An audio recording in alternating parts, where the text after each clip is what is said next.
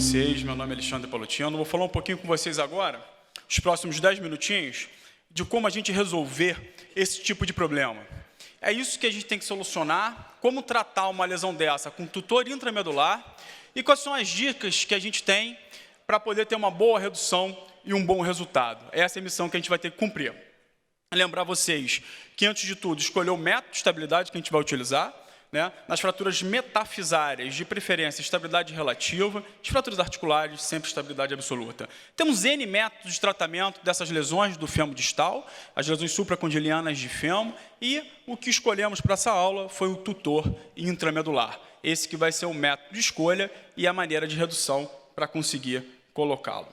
Tudo começa com planejamento, né? As dicas de redução, os truques de redução vêm todos no planejamento. Se a gente não tem um bom planejamento pré-operatório, com uma identificação da fratura, com as forças de desvio, a gente não consegue galgar êxito na nossa cirurgia. O planejamento começa no papel, no dia anterior, na escolha do método adequado, na região articular, estabilidade absoluta, e na metáfise, o tutor intramedular. Depois de feito o passo a passo, estudar um pouco as forças deformantes. Isso é um clássico, as forças deformantes nessa região, eles têm um encurtamento, que se dá pelo aparelho extensor, quadríceps, ele traciona e faz o encurtamento, e o desvio normalmente é em vário e extensão por causa da força do adutor e do gêmeo. O que a literatura traz para a gente sobre essas técnicas de redução? Temos um trabalho clássico do Jott, de 92, que é um trabalho do Marques e do Gans, onde eles avaliaram o percentual de similaridade entre os dois membros, o operado, o desviado e o não operado. E viram que aqueles pacientes que tiveram um desvio menor do que 5 graus em qualquer plano, tiveram 93% de resultado satisfatório. Então, voltando, esse trabalho do Gans, ele comparou o lado operado, depois da cirurgia, com o lado são. E ele viu que aqueles pacientes que tiveram 5 graus ou menos de desvio em qualquer direção, tiveram 93% de resultado satisfatório. Então, o ideal é que o desvio seja o mínimo possível. O desvio em vário e valgo foi o mais comum. Vocês vejam que somente 24% dos doentes tiveram similaridade, um percentual muito baixo. Quase que 80% dos doentes tiveram discrepância entre vário e valgo. Depois, o desvio rotacional, o anticurvo e o retocurvo.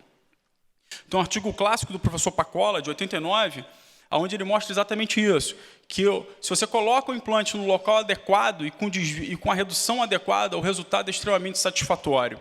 E você pode colocar um fio na região axial, no plano coronal, para corrigir o desvio e extensão, que é um desvio muito comum desse segmento. O Regazzoni fez um trabalho interessante em 2000, onde ele fez um estudo tomográfico de fêmur de cadáver e estudou a anatomia. E viu a melhor posição para a colocada do implante, nesse caso, placa lateral, mas estudou a anatomia do fêmur distal, que é extremamente peculiar, e daí a dificuldade de redução, e daí a dificuldade realmente de corrigir esses desvios. E ele chegou a essa conclusão. Ele viu que quando a gente tem o implante colocado de maneira plana sobre a região lateral, de maneira reta, vertical, você tem um desvio rotacional, por causa da forma trapezoidal do fêmur distal. E essa é a maneira que a gente tem de controlar a rotação. Vejam vocês, se a gente tem aqui na região do fêmur distal o fio aparecendo na cortical, é porque ele já ultrapassou no AP, ele já ultrapassou a cortical lateral por causa daqueles 25 graus. E isso se traduz em até 30 graus de desvio rotacional. Então, muita atenção no desvio rotacional. As trações musculares podem ser corrigidas com coxim sobre o joelho, isso vocês vão corrigir a extensão, e a flexão a gente pode corrigir, por exemplo, com apoio na cortical anterior sobre a pele.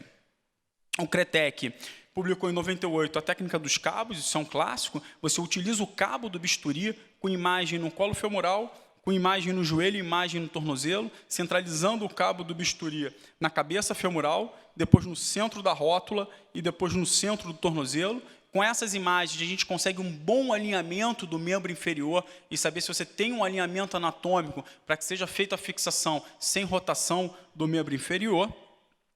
E agora, em 2019, em fevereiro agora desse ano, saiu esse artigo extremamente interessante no Jott, e onde ele avaliou os desvios mais frequentes e, novamente, comparando, vejam, senhores, aquele artigo de 92, 89, mesma conclusão, que o varo e o desvio rotacional são os mais frequentes, e ele sugere que a gente trace uma linha intramedular, que seria o eixo anatômico, cruzando exatamente com uma linha abaixo dos côndilos femorais, achando um ângulo que ele chama o ângulo anatômico femoral lateral, que varia em torno de 79 a 83 graus, com uma média de 81.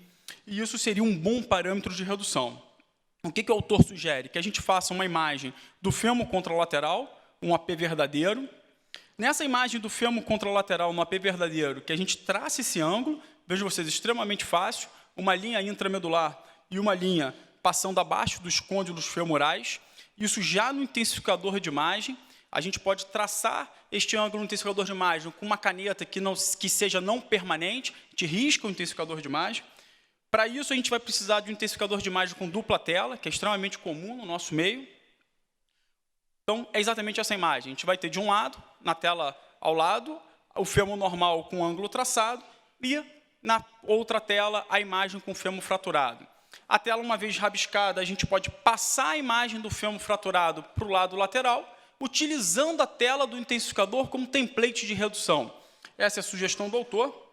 Então, vejam, senhores, a gente começa sempre pela parte articular, utilizando pinças percutâneas para que se faça a redução e passando a imagem para o lado e estudando sobre o template se estamos com a angulação correta dentro do eixo femoral. Feito a entrada do canal,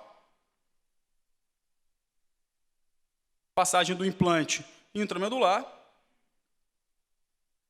e, por consequência, compressão, estabilização e a confirmação novamente com o template na tela contralateral. Essa é a sugestão do autor, achei extremamente interessante, um método fácil de se fazer, onde você consegue realmente entender se tem desvio em varo ou em valgo, que são os mais comuns, e o desvio rotacional. O perfil é extremamente importante que seja acompanhado. A imagem perfil com o intensificador é importante que seja um perfil verdadeiro, vejam, senhores, uma vez a articulação reduzida, a gente tem que estudar para que o fio guia e a haste passem entre os parafusos articulares, para que você não tenha colisão, nem tenha colisão entre os dois implantes, interferência entre os dois implantes, mantendo o desvio que pode ser feito com coxinha abaixo do joelho, a redução anatômica e, consequente, colocação do implante.